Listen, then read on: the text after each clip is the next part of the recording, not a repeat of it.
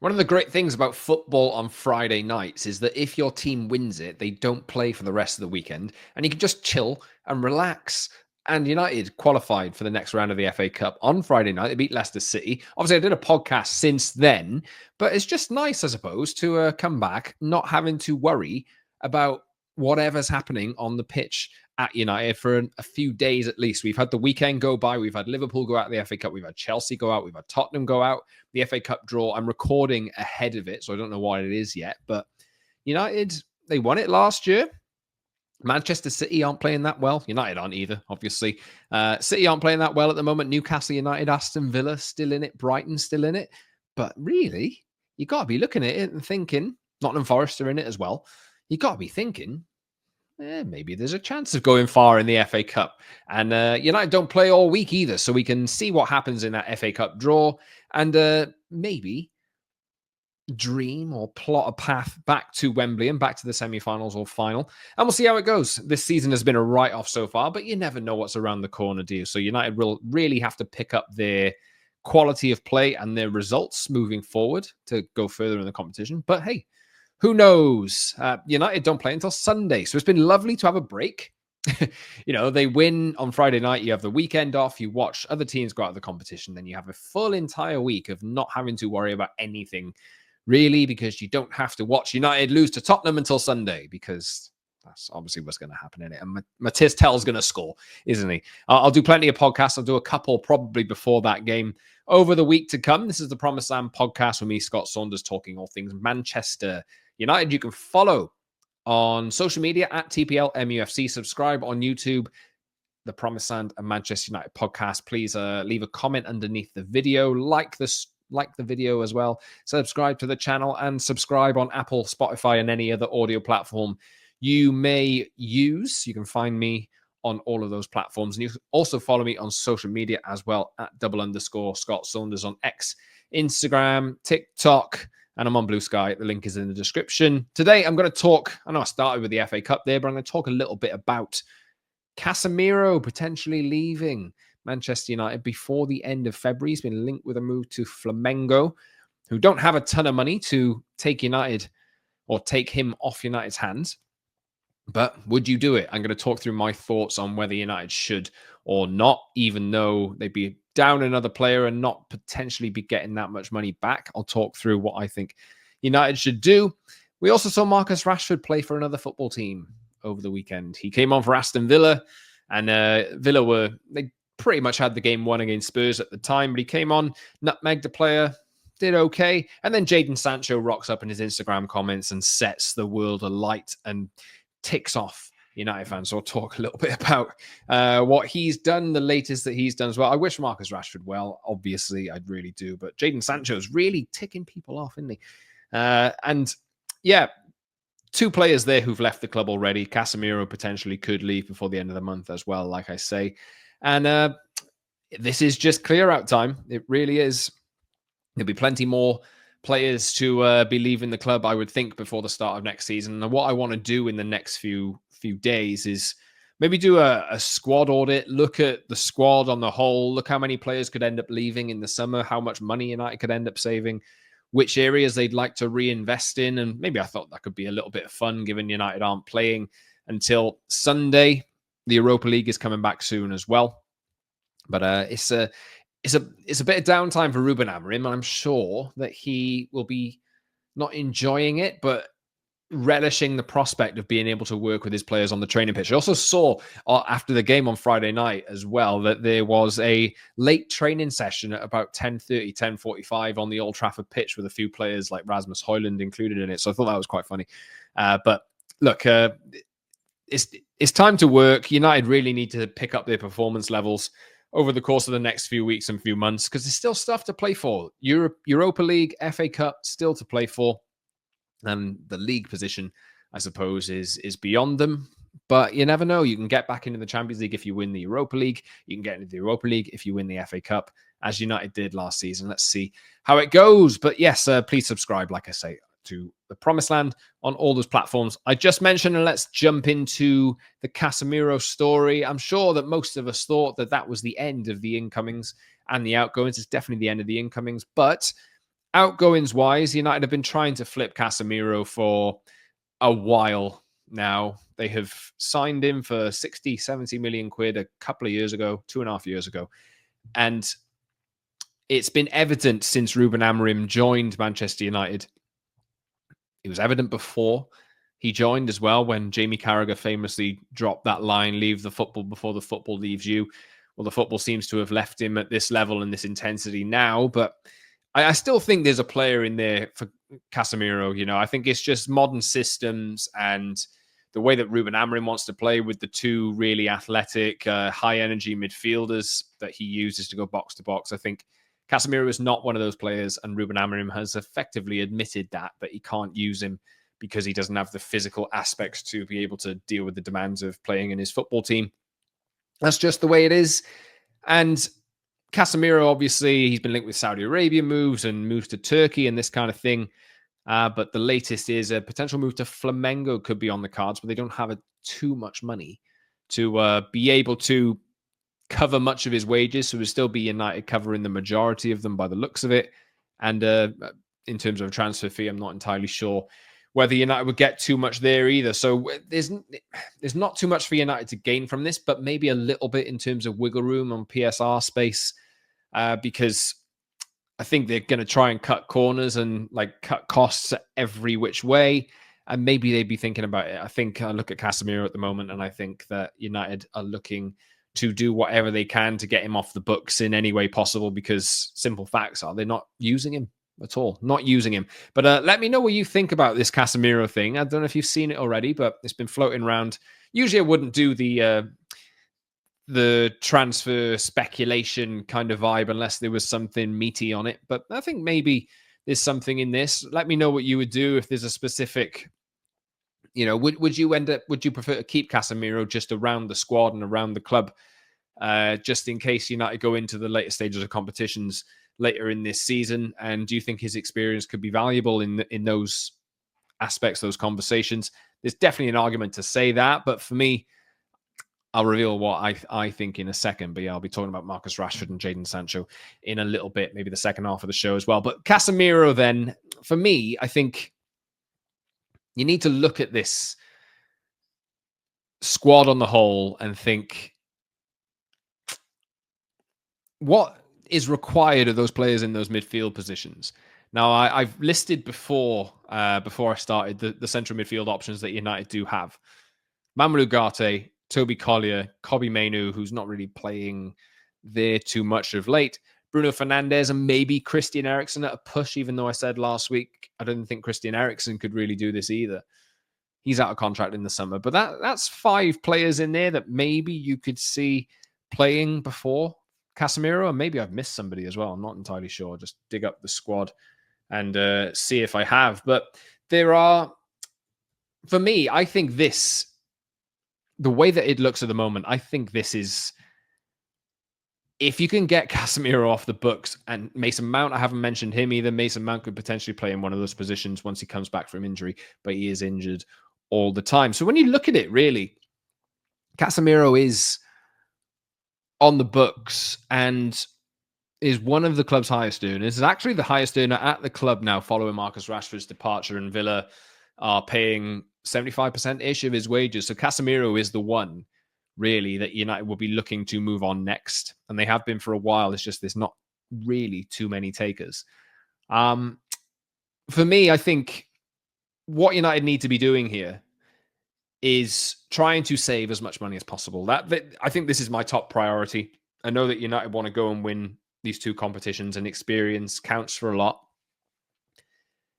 But I think the burn in the pocket of paying Casemiro to essentially sit there and not just wilt away, to not show that he has any real value anymore because the system is going to expose his weaknesses rather than his strengths. I think maybe the best thing that United could be doing in this situation, if there is interest from Flamengo, is trying to find a deal where Flamengo cover as much as possible of the salary that he's on, even if it isn't too much, and maybe shift him on. I think I just named these options there. Maybe United are a little short in this central midfield area, but if I name these 6 players, Mamadou Ugarte, Bruno Fernandes, Toby Collier, Kobbie Mainoo, Christian Eriksen, and Mason Mount. That's potentially 6 players who can play in those 2 positions. And you think of squad depth, this kind of thing. I know I've named 2 players who've come through the youth system as, options that can fill in there. But I've liked what I've seen out of Toby Collier. He's certainly a better fit for this midfield than Marcus Rashford, than Casemiro is and has been. Rashford on my mind because I'm going to talk about him in a little bit. But, I think this is definitely a not a risk, but a deal worth taking, whatever you can do, just simply because of how much money United need to save and how much wiggle room they need to create for themselves ahead of next season. So just to explain a little bit of that on PSR, United are, and what they tried to do in the January transfer window and in the summer as well, was try and really trim down their squad and trim down their costs in order to have as positive a balance for this financial year as they possibly could, because that will then give them a little bit more leverage and a little bit more wiggle room in future years. United decided, obviously, not to make a signing on transfer deadline day and saw Matisse Tell go to Tottenham. But the argument was, are United too short in a bunch of areas? And the way that I reacted to the frustration, and some of it still exists, obviously, the frustration about having players who are having a lack of wingers, in a sense, because United let Marcus Rashford and let Anthony go. I think people are looking at the squad as it stands and looking at the front 3 positions and thinking there's only Rasmus Højlund, Joshua Zirkzee, and Ahmad and Alejandro Garnacho to fight it out for 3 places. So 4 players for 3 places. You have to kind of look at the squad in a little bit of a different way and think of the multiple positions all of these players can play in. So yes, there's only really 2 strikers there in Højlund and Zirkzee who can play through at centre forward. Maybe Ahmad can play in there at times, and Kobbie Mainoo and Alejandro Garnacho better push. We've seen Mainoo play there. But the argument that I made for that is, well, you have Christian Eriksen, you have Bruno Fernandes, you have Kobbie Mainoo and Mason Mount as well, who can also cover those 2 10 positions. So it's about being smart, and you obviously need to make sure that injuries are not as forthcoming as they were under Erik ten Hag. And I think United have, touch wood, been a little better over the course of this season, even though there's still some players out with long-term injuries. I think this season is about damage limitation. It just is for me. Hopefully United can go deep in competitions and end up getting some prize money in the Europa League and through a Champions League place as well. That would be amazing. But I think it's just looking at the squad and who's going to do a job for you and who isn't. And might be a bit of an unpopular opinion, but when it comes to Casemiro and his effect on this team, if there's an opportunity there for him to leave and United aren't really making much out of it, but a very small saving, I think every little's going to help at the moment. I really do. And I really don't think that we're going to see much of Casemiro for the rest of his United career. Like, if he stays around, how much are we going to see of him in the next few weeks? Probably not a lot, because there's players ahead of him in the pecking order. For me, it's probably best that he goes, if Flamengo's interest is actually genuine. I think there's about 15 million-ish book value on Casemiro at the moment. So if United can chip away at that and clear off a part of his wages for the duration of the rest of the season, and then he can go to a club in Brazil, show that he's still got a bit, because the intensity's lower, obviously. And I think you do tend to see a lot of players going back to Brazil at the end of their careers. If they obviously come from Brazil, you do tend to see a lot of players at the end of their careers go back to leagues like that and get an extra few years out of their careers, because it's just a different style of football out there. You saw, obviously, Neymar has gone back to Santos over the last couple of weeks. I think this is definitely a deal that I would do. It's just about how much you can end up saving on Casemiro. Maybe he has a really good few months, and then if you can strike a 6-month loan or something like that for the rest of the season, see how it goes. And then maybe there is more of a market for Casemiro, because you're able to see, or clubs are able to see, that, hey, in our team, in our style of play, sitting at the base of a midfield, tidying stuff up, which we know he can do. I still think he can do it as well. Maybe he can do a job for a lot of teams, but nobody really wants to take a risk on him at the moment because of the massive wages that he's on and because United will be looking for a transfer fee. But I'll talk about it in an episode coming up about how many players could end up leaving United in the summer, because there's a lot of them. If you listen to the last episode, I counted at least 10 that could be out. And the amount of money that United would end up saving in order to reinvest would be massive. It really would. How much of a difference it makes and how much of a needle it moves remains to be seen. But I think United need to, as quickly as possible, try and find a way to shift out all of the players that can't be or aren't any use to them and move forward by bringing in more players that are of use to them. And I think Casemiro is firmly in the box of... It's really sad, by the way. It's really sad, but can't be used. I think we're at a point with Casemiro now where it is the end, and United have pretty much had that evidence to them over the course of a few months. They're desperate to get rid of him. And I think it's just a case now of if this interest from Flamengo does intensify. It's been reported in a few different places and from Brazil as well. I think we'll see how it goes. But let me know what you think. Would you end up keeping Casemiro on the books just to have that kind of experienced body in the first team squad, even if he's not contributing on the pitch? I understand that argument, but for me, it's about creating financial space and understand how important it is to come out on the other side of it and look at next season and the potential investment that you can make in the new financial year and try and create as much wiggle room as possible. But let me know what you think about the Casemiro story and the speculation about him potentially moving to Brazil with Flamengo. There's obviously not a lot of teams that will take a risk on him at the moment, but if there is one, I think United should really be looking at it. But I'll be back in just a second to talk about Marcus Rashford's debut, Jadon Sancho, and how much of a disaster that was and still continues to be. And I'll talk through my thoughts on what I think of his attitude as well. Just in a second, I'll be back soon. So it was a little bit weird watching Marcus Rashford pull on an Aston Villa shirt and run around in an Aston Villa shirt at Villa Park on Sunday, wasn't it? If you caught it, he came on, pulled off a nutmeg, run around a little bit, dribbled a little bit, and didn't get the goal that I think many people were expecting him to get on the day, just to rub the salt in the wounds of United fans a little more. But I think he was okay.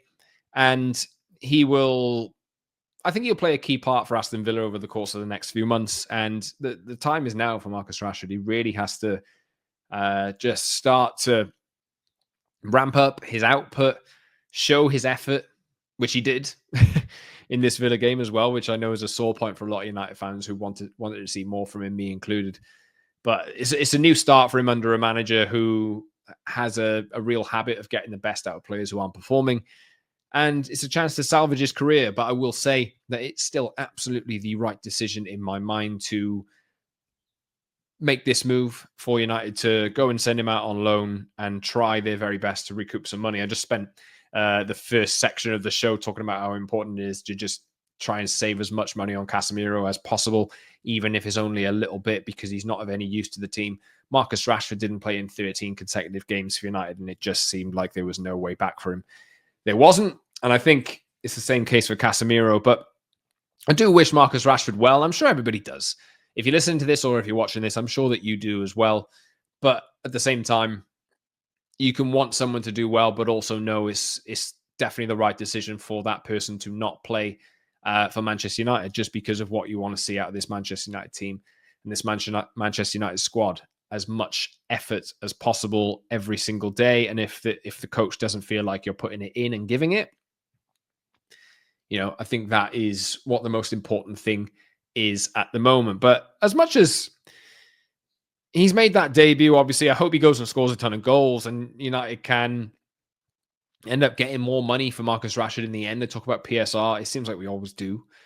If Marcus Rashford does well and he wants to go join a foreign club over the course of the summer, and say he scores 5-10 goals or whatever it is in the remaining weeks of the season, that would be amazing. Maybe Marcus Rashford is back then, and maybe Man United can end up selling him to a club that will pay for him, and that will then end up giving them more ability to go and spend the money that they make.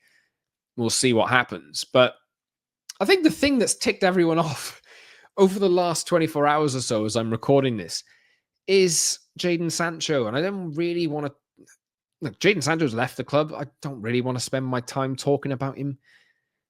And I'm sure there's a lot of people who wanted to see Sancho, do his best. And look, when United signed him, absolutely, I thought he was a gem of a footballer in terms of the way that he played on the pitch. But obviously, he's had a bunch of fallouts over the course of his career so far. And turns out that the position that Marcus Rashford has been in over the past few weeks is the same position as Jadon Sancho had been in under Erik ten Hag. So United made a decision to loan him out to Borussia Dortmund around this time last year and to Chelsea as well. But Chelsea have the obligation to buy him for 25 million if they finish above 14th in the league this season, which it looks like they will do. It looks like they will do. I'm not sure of the points at the moment, given United are 13th and Tottenham are 14th or whatever it is. But I can't see Chelsea falling that far, even if it's not going too well for them. But Jadon Sancho dropping a comment. If you haven't seen this, I'm not sure if it's still there, but it has gone round. And I think this is where we've got to, guys. This is where this podcast has got to. This is where football news and football media has got to. We're talking about somebody commenting on somebody else's Instagram post as news and trying to draw massive conclusions from it. But I think we can. It took me a while to get my head around this when I was working in publishing about like, oh, well, somebody said something on Instagram and is that news? Well, it turns out it is. It's really ticked off a lot of United fans. Ticked me off a little bit too, even though I try not to get too riled up about things. But I think it's just evident, really, of the cultural United's profiling of players and attitudes and personalities, and how they have got that so wrong over the last few years. Like Jadon Sancho going out, and I always said at the time when Erik ten Hag dropped him after that, or before the Arsenal game at the start of last season, and then said he didn't train well enough for me, and there was this whole rigmarole and a massive fallout about him and about whether Erik ten Hag was right to do that. It divided everybody. You're either in the Sancho camp or in the camp of no, you get your head down and you train as well as possible to play for this football club. Obviously, Sancho spent a bunch of time out of the team. The season before that, he'd spent 4 months out of the team training and getting his head right and that kind of thing. Erik ten Hag had sent him to the Netherlands, if I remember rightly.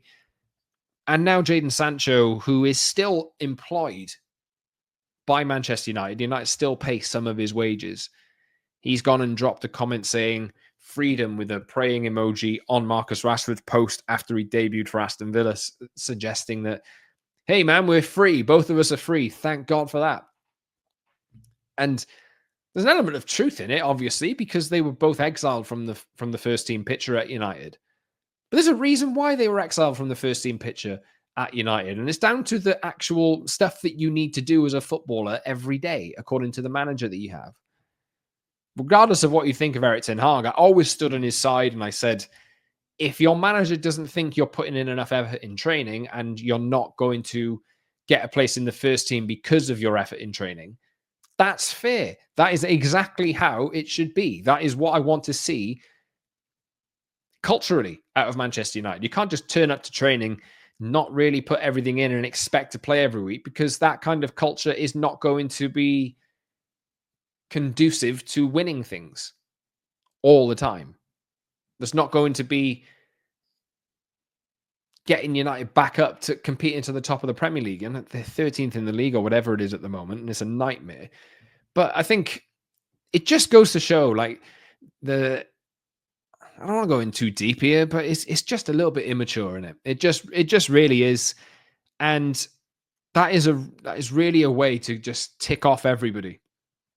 I think, does he know what he's doing? I'm not entirely sure. Maybe he does, but maybe Jadon Sancho and Marcus Rashford are just completely glad to be out of there. And I think everybody is too. It's just a case of that's the right thing for everyone. But to just put something like that out there on social media, I think it does more damage to Jadon Sancho than anybody else, because he's talking about how he's free now and he's gone and got this new lease of life at Chelsea.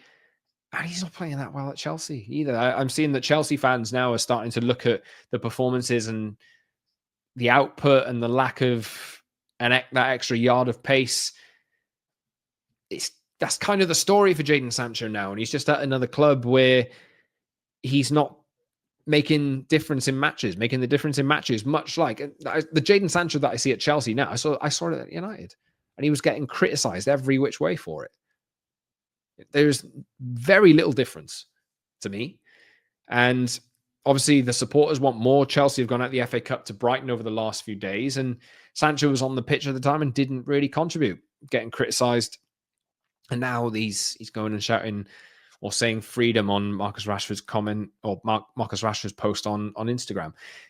I feel myself a little bit silly just talking about this. I got to be honest. And maybe you think I'm a bit silly if you're listening to this or watching this, for spending a bit of time on something as innocuous as a comment on a social media post. But I think it does really go reflect on or give an insight to the kind of psyche of the players who were in that football club at the time. And I'm not saying Marcus Rashford was like this, because he's much more over the past few weeks, and his exile has been quite respectful in terms of how he's conducted himself. Whereas Sancho, the first moment that he's dropped from the team and Erik ten Hag said he didn't train well enough, he called his manager a liar publicly, and he's fallen out and refused to return to Manchester City when he was in the academy because he was left out of a preseason tour. He left the club there. He'd fallen out with people at Dortmund before transferring to United, and it just seems to follow him around a few places. And I think that the whole reason why I'm saying this is because this is more evidence of how United have got into the situation they've got themselves into. Having attitudes like this of players who just think this football, I now play for this football club. It is my stage to shine. It's as much about the players themselves as it is the football club. And that is absolutely not right. So the football club should always come first, and every player should think of the success of the football club as the first priority. And I don't think we've seen United buy players like that over the last few years. And ultimately, that is an attitude that needs to be eradicated out of the club. And you can see why. You can see why Jadon Sancho is now playing for Chelsea. And I saw a video of him going around the other day about him saying he was a better dribbler than all of these different players. And I just thought, you probably need to back it up, man. Probably need to show it, because I'm not seeing it. And look, I think Jadon Sancho's future is done at United. The 25 million quid-ish that United will receive from Chelsea is, I'm not sure whether that's going to put them on PSR and whether they turn a slight profit on Sancho and their outlay in terms of transfer fee amortized over the course of his contract and the wages that they pay him. I'm not entirely sure whether they break even or whether that number is puts United in profit. But at the same time, that is a transfer that, yeah, United are making a loss on the face of it in terms of how much they paid for him in the first place versus how much they sell him for in transfer fee and in terms of how much they've paid him. But I think he'll get off the books in the summer, and it looks like Marcus Rashford will end up going the same way. And it's a massive shame, because these two guys are really talented players, and there's plenty more players in that United team who are very, very talented, who I think will see their careers kind of fall down a level as well after leaving United, if that's possible, given how low United are playing at the moment.